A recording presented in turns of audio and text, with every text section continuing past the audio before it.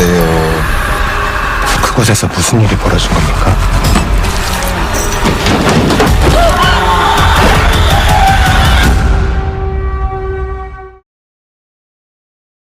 Halo guys, bertemu kembali di Dropokan Film. Kali ini Mimin akan membahas alur cerita film yang berjudul The Grotesque Mansion. The Grotesque Mansion menjadi film horor terbaru Korea Selatan yang belakangan banyak dibicarakan. Ceritanya sendiri sangat klasik, yaitu tentang sebuah bangunan yang dikuasai ruh jahat karena pernah digunakan sebagai tempat pemujaan. Ruh-ruh itu meneror para penghuni yang tinggal di sana. Lantas, seseram apa sih keseluruhan filmnya? Daripada penasaran, kita langsung saja ke alur ceritanya.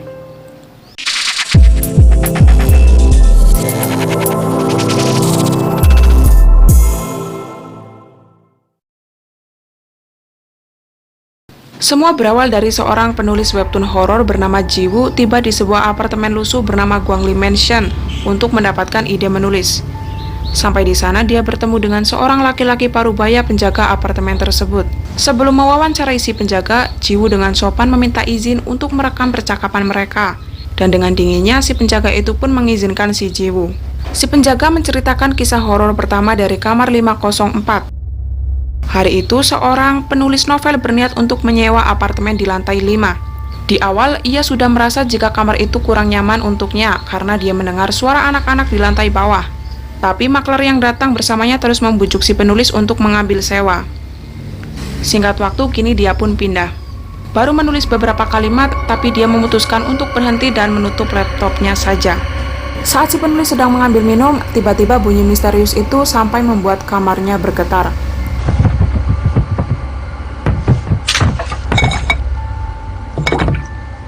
Lalu telepon pun berdering. Ternyata itu adalah istrinya. Dia diminta pulang tapi menolak karena harus cepat menyelesaikan bukunya dulu. Belum selesai berbicara, tapi telepon itu pun sudah mati. Si penulis juga semakin merasa aneh karena tiba-tiba laptop yang sebelumnya sudah ia tutup terbuka kembali. Karena menganggap dirinya sakit, keesokan harinya pun dia pergi ke apotek untuk membeli obat sakit kepala. Dan ketika dia pulang, terdengarlah. Penulis itu mencoba untuk mencari asal suara itu, tapi tidak ada apa-apa. Dia malah menemukan sepatu usang di salah satu ruangan apartemennya, hingga kemudian dengan ekspresi kaget ia mengejar anak itu, tapi tidak ketemu. Karena sudah sangat keterlaluan, dia menemui si penjaga untuk mengecek CCTV, tapi zonk hasilnya. Si penulis yang sudah kepalang marah itu akhirnya pergi ke kamar 404 untuk menyelesaikannya sendiri. Beberapa kali dia sudah mengetuk pintu tapi tak ada seorang pun yang menjawab. Saat melihat ke dalam, ditemukannya sepatu usang mirip seperti sepatu yang ada di apartemennya kemarin.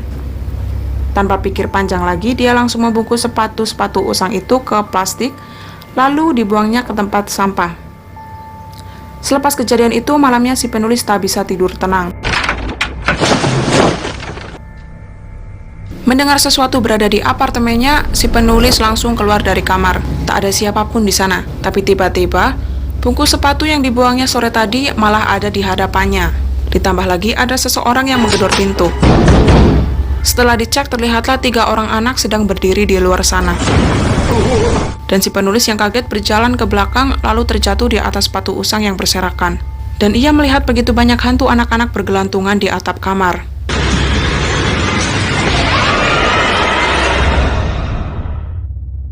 Dari cerita pertama saja sudah sangat menarik bagi Jiwoo. Dia bahkan mencari tahu bagaimana keadaan penulis kamar 504 itu sekarang. Dan ternyata dari info yang beredar, dia menghilang begitu saja semenjak kejadian itu. Cerita lain berlanjut di kamar 907. Seorang wanita cantik, kita sebut saja Noni, baru saja keluar dari kamar mandi untuk pergi bekerja. Bersamaan dengan radio yang memberikan info terkini tentang tragedi pembunuhan. Lah, di sini Mimin pertama agak nge-lag, kirain filmnya error. Ternyata memang kita diperlihatkan lagi adegan di mana waktu itu si penulis membeli obat dan Noni ini adalah apotekernya. Tidak lama si penulis pergi, Noni dikagetkan dengan kedatangan temannya yang tiba-tiba. Baru saja mengobrol, pacarnya yang bernama Ho Jun menelpon. Dia bilang akan datang ke apartemennya nanti malam. Tanpa ada alasan apapun, lalu telepon itu pun mati. Hal aneh terjadi lagi. Teman si Noni datang dari luar, padahal ia benar-benar yakin tadi baru saja mereka mengobrol. Singkat waktu, malam pun tiba. Hojun datang dengan tubuh basah kuyup dan tatapannya kosong. Ternyata Hojun sudah ketahuan menjalin hubungan dengan Noni, padahal dirinya sendiri sudah memiliki istri. Tapi si Noni malah kesenangan dan tidak memperdulikannya. Dasar pelakor zaman sekarang. Setelah wik-wik, si Noni yang sedang tidur tiba-tiba terbangun karena mendengar suara mencurigakan. Ketika dicek, lampu dan air kamar mandinya menyala. Terdengar juga lagu yang sedang diputar, sekaligus muncul bayangan seseorang di balik pintu. Padahal di apartemen itu yang tinggal hanya dirinya dan Hojun.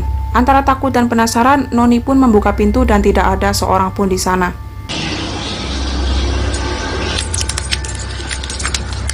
Keesokan harinya di apotek, 2 orang polisi mendatangi Noni.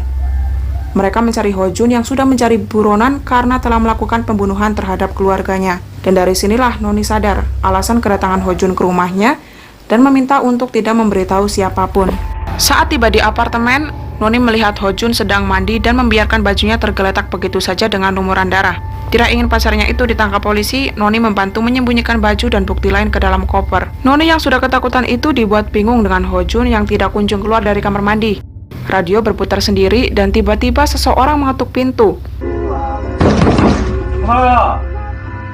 Dan itu adalah Hojun.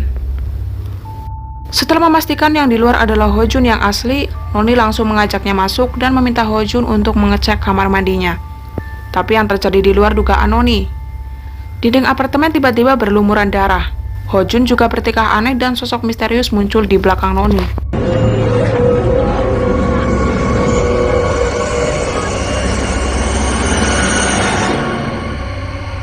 Beralih dari Noni yang akhirnya kita tidak tahu bagaimana nasibnya. Ada si maklar yang mengeluh jika mencari uang sangatlah susah. Malam pun tiba. Dia pun pulang dan makan malam bersama istri tercintanya. Agak mengagetkan di sini guys. Bagaimana tidak kalau istrinya ternyata seperti ini. Emang sakit nih orang. Apa tidak ada perempuan lagi di dunia ini, Pak Bro? Dia mengobrol dan memberi hadiah, layaknya istri bonekanya itu hidup. Di tengah malam, maklar terbangun karena tempat cuci piringnya tersumbat. Air kotor terus keluar dari sana. Waktu diperiksa ada sebuah tali dompet persis seperti apa yang ada di meja sore tadi. Esoknya dia memanggil tukang ledeng untuk memperbaiki, dan ditemukanlah rambut menggumpal. Kalau dipikir-pikir sih pasti bukan rambut si maklar, apalagi istri bonekanya, ya kan? Baru selesai bekerja dan mengobrol dengan seseorang di telepon, tempat cuci piring yang tadinya sudah dicek baik-baik saja, tiba-tiba rusak lagi. Teror pun dimulai.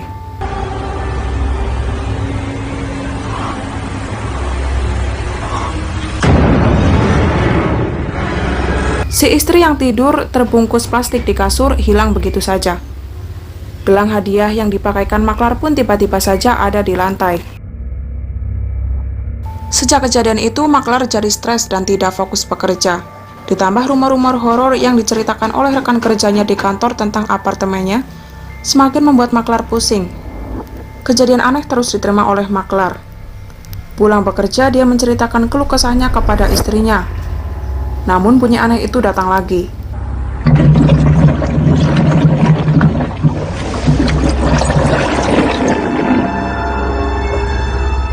Kepala istrinya juga tiba-tiba menengok sendiri.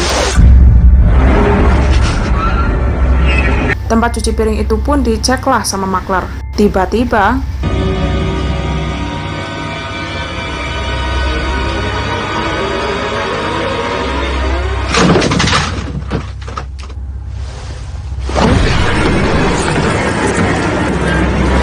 karena takut, maklar masuk ke suatu ruangan.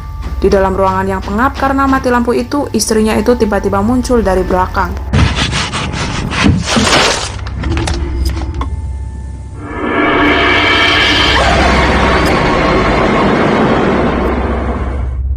Selepas kejadian menyeramkan itu, maklar jadi stres. Sampai Jiwoo datang dan memberikan beberapa pertanyaan kenapa dia sampai menerima hal-hal mistis seperti itu. Maklar mengatakan jika dirinya sudah mendapatkan kutukan dari para pengabdi setan gereja Gwanglim. Dia juga bilang jika kutukan itu masih akan dirasakan oleh yang lain, tapi Jiwoo tidak mendapatkan jawaban selanjutnya. Di ruang kerjanya, Jiwoo masih bingung. Tapi kemudian dia mengambil tab dan mulai menggambar. Hingga akhirnya setelah beberapa kali ditolak, webtoon horor buatannya pun berhasil diterima. Namun, Di sini Jiwoo diminta untuk memperpanjang ceritanya lagi. Jiwoo yang terobsesi dengan cerita horor di apartemen Gwanglim akhirnya memutuskan untuk kembali ke sana dan meminta cerita yang lain. Temannya, Dahye, sudah berusaha untuk menghentikan Jiwoo. Dia khawatir kesehatan Jiwoo terganggu karena terus bekerja. Namun Jiwoo menolak lalu meninggalkannya. Sekarang Jiwoo sudah bersama dengan penjaga apartemen. Dia memberikan kisah horor lain di kamar 604. Di mana ada seorang mahasiswa bernama Tae-hun datang ke apartemen temannya Chae-sok dan akan menginap di sana beberapa hari setelah kegagalannya masuk ke universitas. Kedatangannya disambut hangat oleh temannya itu, tapi dia agak risih dengan keadaan apartemennya yang kotor dan lembab. Bahkan makanan di sana sudah berjamur, tapi Chae-sok masih santai-santai saja menyantapnya.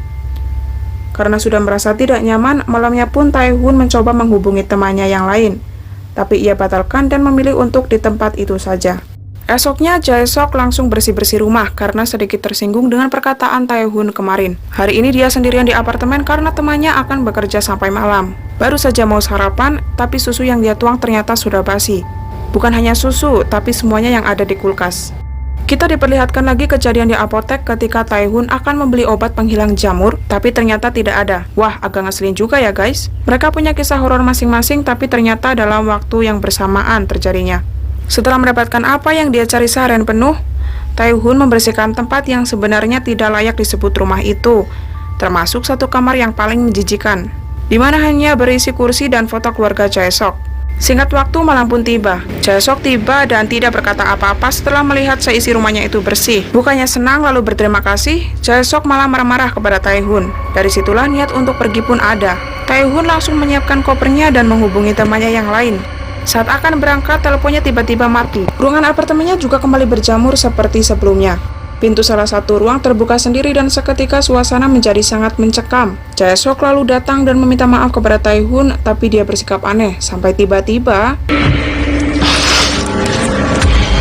Benar, dia bukan Jae-sok. Dia adalah penunggu apartemen yang sudah lama tidak ditinggali itu. 나랑 계속 친하게 지내자.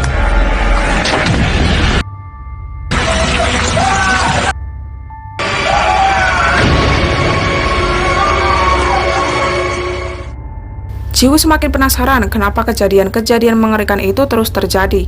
Dia menerka-nerka apakah benar jika apartemen Gwanglim dibangun oleh para pengabdi setan di gereja yang disebutkan oleh maklar. Jawaban si penjaga hanya menyuruh Jiwoo untuk melihatnya sendiri sambil memberikan kunci. Di tempat lain, temannya, Dahye, yang sedang merayakan ulang tahun Jiwoo seorang diri. Tapi lama-lama dia bosan juga dan iseng memutar rekaman yang dilakukan oleh Jiwoo di apartemen kemarin. Beberapa kali didengar Dahye mulai merasa ada yang aneh. Hasil rekaman itu hanya ada suara Jiwoo saja dan tidak ada suara si penjaga. Sudah pasti akan terjadi hal buruk kepada Jiwoo. Dahye pun bergegas pergi untuk menyusul. Kembali lagi pada Jiwoo. Sekarang dia akan menuju kamar 1504. Saat dia menggunakan lift, dia bertemu orang aneh yang terus menghadap tembok. Sehingga ketika Jiwoo menengok, orang itu meliriknya dengan senyuman aneh. Jiwoo yang sudah ketakutan pun langsung keluar dari lift dan meninggalkan orang itu. Tapi tiba-tiba dia melihat di ujung koridor orang itu lari mengejarnya.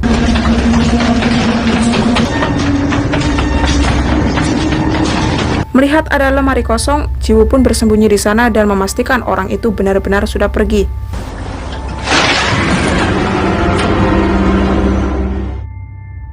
Dan ini yang kita tunggu. Jiwoo masuk ke kamar 1504.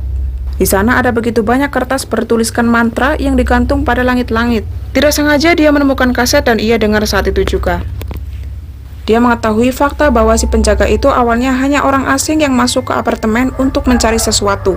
Waktu itu, musim dingin, penjaga datang bersama dengan adiknya untuk mencuri uang yang tersimpan di bangunan pengabdi setan itu.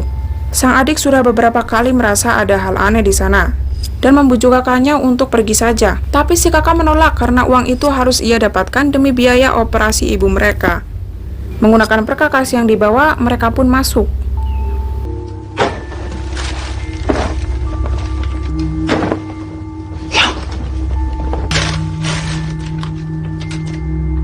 Adik yang pertama kali menemukan lemari dibuat kaget oleh lendir dan rambut seorang wanita.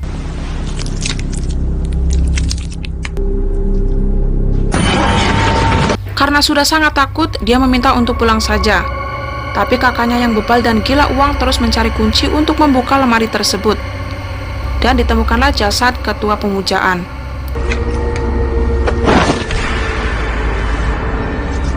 Entah tahu dari mana, si kakak main buka mulutnya saat itu dan menemukan kuncinya. Saat dibuka lemari itu, tumpukan uang benar-benar ada di sana. Sambil berteriak senang, si kakak langsung memasukkan uang tersebut ke dalam tas.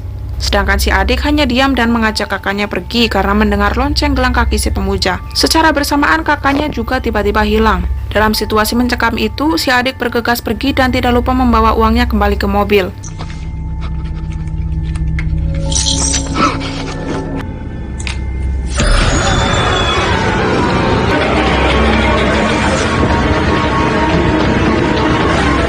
Sial, kuncinya tidak ada padanya. Ketika dia sedang sibuk mencari, si kakak datang dengan tatapan kosong, tapi ternyata itu adalah si ketua pemujaan.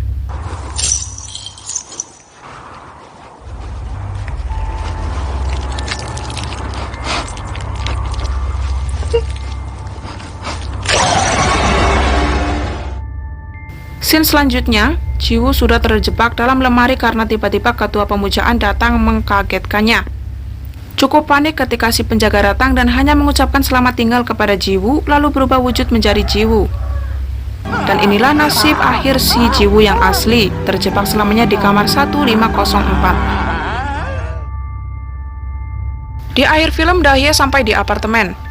Dia awalnya lega karena melihat temannya itu baik-baik saja, tapi lama-lama akhirnya dia sadar. Dan film pun tamat. Wow, film yang menggantung sekali ya guys. Memang benar kata orang-orang, film ini punya akhir yang membagongkan. Tapi Mimin tetap mengacungkan 2 jempol nih, karena takjub sama makna tiap ceritanya. Dari film ini kita belajar ada kalanya kita harus fokus dalam mencari kesuksesan dalam pekerjaan. Tapi jangan sampai terobsesi yang akhirnya sulit membedakan mana teman, mana hewan, dan mana setan. Oke guys, sampai di sini dulu video kita kali ini. Silahkan like dan subscribe jika kalian suka video ini. Dan sampai jumpa lagi di video berikutnya. Bye!